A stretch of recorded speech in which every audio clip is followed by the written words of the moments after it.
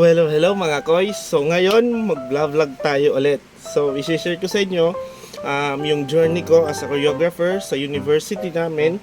Since 3 years na akong nagko-choreograph sa Elenio concert. So gusto ko namang i-share sa inyo yung journey ko since hindi ko na film yung first at second year ko na pagko-choreograph doon. So ngayon i-share ko sa inyo kung ano yung journey namin in preparation for Elenio concert for this upcoming Foundation Day. So tara, let's go! So nandito na nga ako sa malapit sa school namin. So biglang na-miss ko lang yung moment simula nung first year ako na nagtuturo ako ng sayaw sa mga estudyante.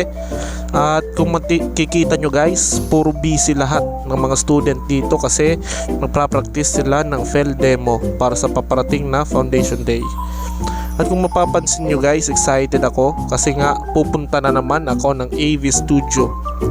Yung AV Studio nga pala guys is dyan kami nagpa-practice since year 1. Simula nang sumali ako sa Elenio concert. Ikatlong beses ko na pala to guys sumali at mag-choreograph sa event na to. So excited ako. At ito nga pala yung mga members ko guys. Busy sila habang ako nag-outfit check. Pagkatapos ko guys mag-outfit check guys, bigla ko na lang inayos yung music namin kasi wala pa naman yung iba. Importante kasi to guys, kapag wala kang music, hindi matatapos yung flow ng concert nyo.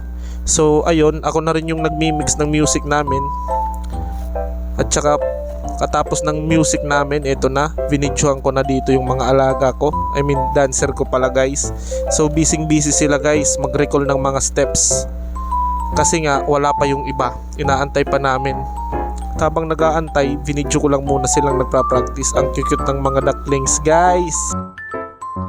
At ayun na nga, inumpisahan ko ng magturo sa kanila.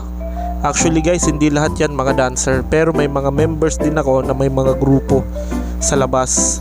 Malalakas na grupo guys, kumukumpit din sila sa iba't ibang lugar at nananalo rin syempre. At ako dito guys, chill lang habang pinapalis ng kapatid ko yung ibang steppings na ginawa ng isang choreographer namin.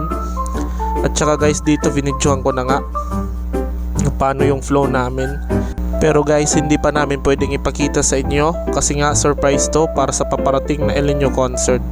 At dito nga guys, tingnan nyo, pagod na pagod yung mga ducklings ko pero halatang nag-i-enjoy sila. Na-enjoy nila yung sayaw kasi nga excited na naman silang makapag-perform ulit. At dito guys, mabilis ang short clip lang yung pwede namin ipakita sa inyo kasi nga bawal pa namin ipakita sa lahat. At dito katapos ng practice namin ay miniting namin sila kung anong gagawin at ano yung agenda namin araw-araw. At dito nga si brother guys, tignan nyo, luhang-luha. At salamat sa panunood guys sa aking video. Abangan ang aking mga next upload sa balita sa Elenio concert. Maraming salamat.